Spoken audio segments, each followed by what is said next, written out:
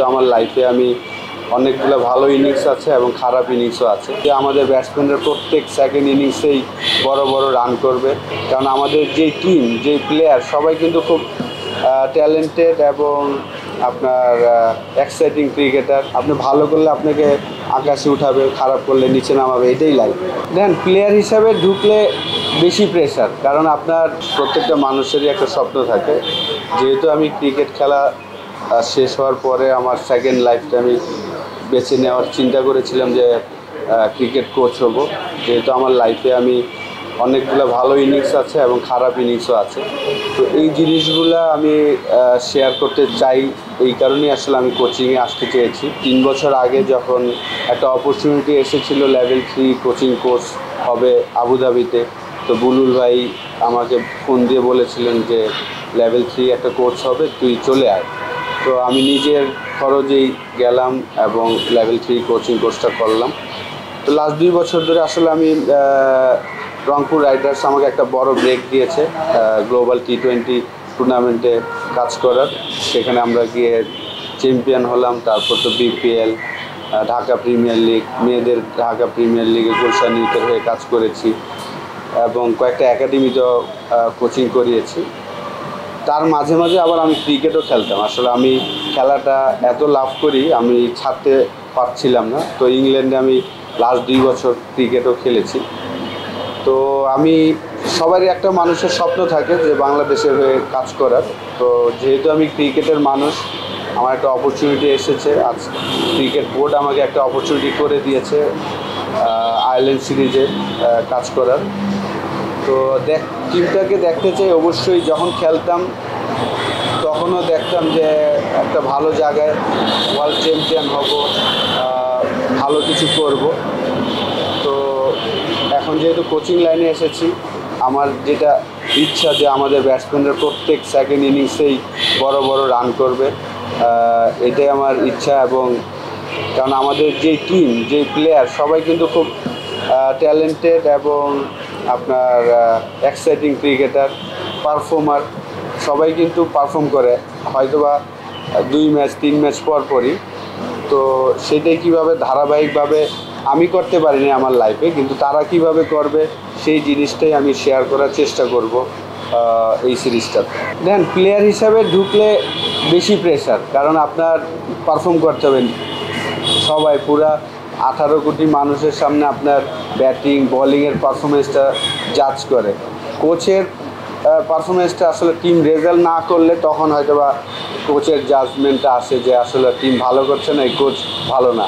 কিন্তু ওই ম্যাচে কিন্তু কোচের আসলে কিছু করার থাকে না। প্লেয়ারদের আপনি হয়তো বা বলে দিতে পারবেন এই সিচুয়েশন এইটা ডিমান্ড করছে, এই উইকেটটা এরকম, এই বলারটা এরকম, কিন্তু কাজ করার কাজটা কিন্তু যারা খেলবে তারা। তো কোচের প্রেশারটা আমি মনে করি যে কম।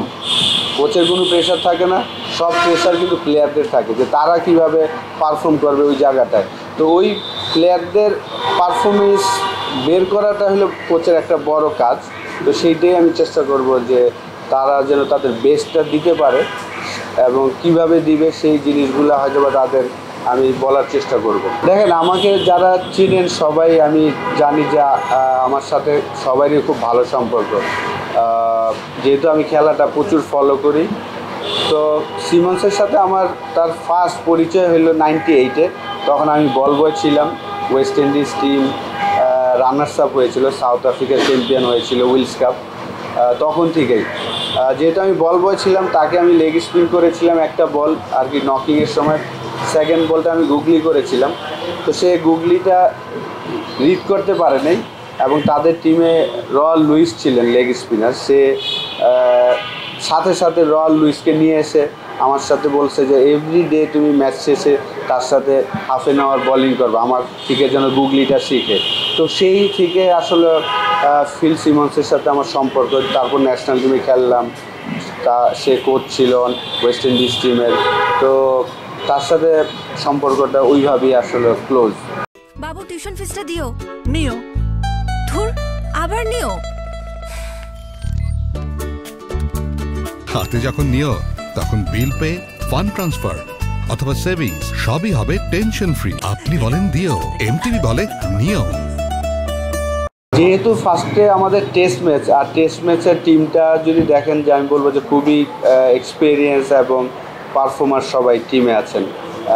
মুশফিক অলরেডি 98 টেস্ট ম্যাচ খেলে ফেলেছেন, মমিনুল 70+ টেস্ট খেলেছেন, শান্ত, লিটন, মিরাজ তারা অলমোস্ট 10-12 বছর ধরে খেলছেন। তো টেস্ট টিমের ব্যাটিংটা আমি মনে করি যে খুব এক্সপিরিয়েন্স, এবং তারা যদি তাদের বেস্টটা খেলে অতটা সমস্যা হবে না আমি আশা করি। আর পরে হয়তো T20 নিয়ে আমি আপনাদের সাথে আলাপ করব, যেহেতু ফার্স্টে টেস্ট ম্যাচে আমি বিশ্বাস করি যে আমাদের প্লেয়াররা বড় বড় ইনিংসকে উপহার দিবে আপনাদের। ফার্স্ট অফ অল আমি বলবো যে আমি নিজেরা খুব ভাগ্যবান মনে করছি, আল্লাহ আমাকে এমন সময় এই সুযোগটা করে দিয়েছেন। কারণ মুশফিকের ডেবু ম্যাচে আমি ছিলাম ড্রেসিং রুমে লর্ডসে, এবং মুশফিকের 99 এবং 100তম টেস্টও ইনশাল্লাহ আমি থাকবো। তো এই কারণে আমি নিজেকে খুব ভাগ্যবান মনে করি, এবং মুশফিককে সেই ছোটোবেলা থেকে যেহেতু আমি দেখেছি, একমাত্র ক্রিকেটার যে তার ডিসিপ্লিন ছিল বলেই সে 20 বছর ধরে খেলছেন। আমার ব্যক্তিগত মতামত যে আসলে বাংলাদেশে সামনে ফিউচার বলেন এখনও যারা খেলছে সবাই যদি সবাই আসলে মুশফিকের রোল মডেল হিসাবে দেখা উচিত, এবং সে কিভাবে এই জায়গাটাতে আসছেন। জাস্ট একটাই ডিসিপ্লিনে কি হতে পারে, খাবার, ঘুমানো, প্র্যাকটিস, এই জিনিসগুলো যদি আপনি প্রপার ডিসিপ্লিন করেন আপনার লাইফে, তাহলে এই জিনিসটা সম্ভব। তো অবশ্যই আপনি যেটা বললেন যে স্ট্যান্ড না, অনেক কিছুই আসলে মুশফিকের বাংলাদেশের প্রথম ক্রিকেটার হচ্ছেন যে 100টা টেস্ট খেলবেন, এটা বিরাট একটা গর্বের বিষয়।